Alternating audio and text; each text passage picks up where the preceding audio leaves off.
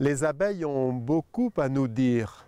Un jour, une dame dont le mari était apiculteur vient me dire « Mon père, vous aimez beaucoup les comparaisons. » Alors je me permets de vous partager bien simplement celle qui me parle le plus.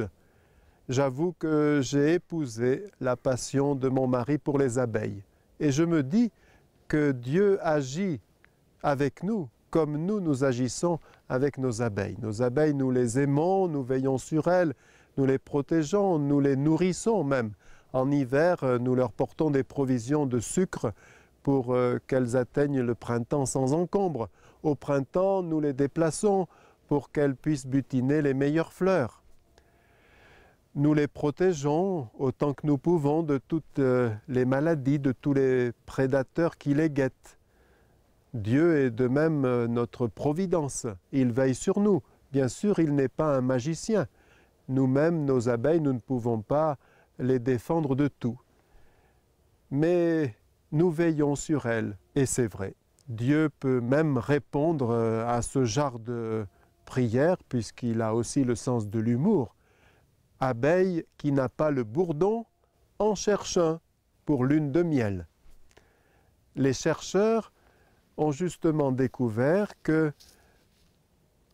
les abeilles, la ruche en elle-même, un essaim d'abeilles, ne fonctionne pas seulement comme une société où chaque individu a bien son rôle. Il y a les chercheuses, il y a les butineuses, il y a les soldats, il y a la reine bien sûr, il y a les puéricultrices qui veillent sur les bébés abeilles, les larves, mais disent-ils, un essaim c'est plutôt un organisme et chaque individu est plutôt une cellule de cet organisme.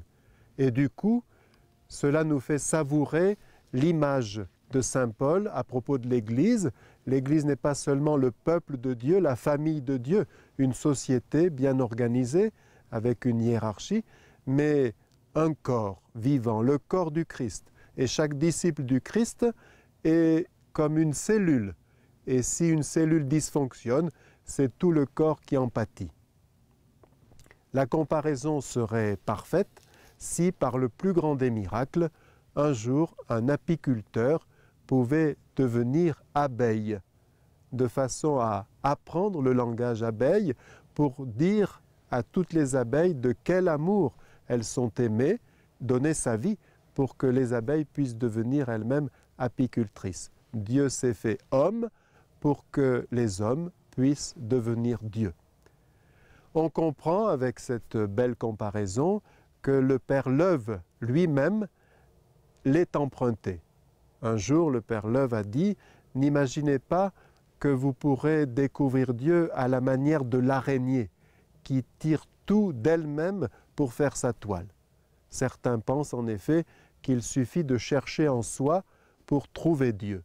Non, il faudra toujours écouter une parole qui vient d'ailleurs, recevoir une grâce qui ne pouvait pas monter à notre cœur, entrer dans un mystère qui ne peut que nous être révélé. C'est ce que dit saint Paul.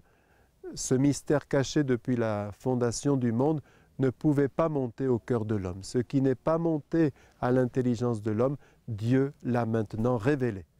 Le Père Löwe disait, vous ne découvrirez pas Dieu non plus à la manière de la fourmi.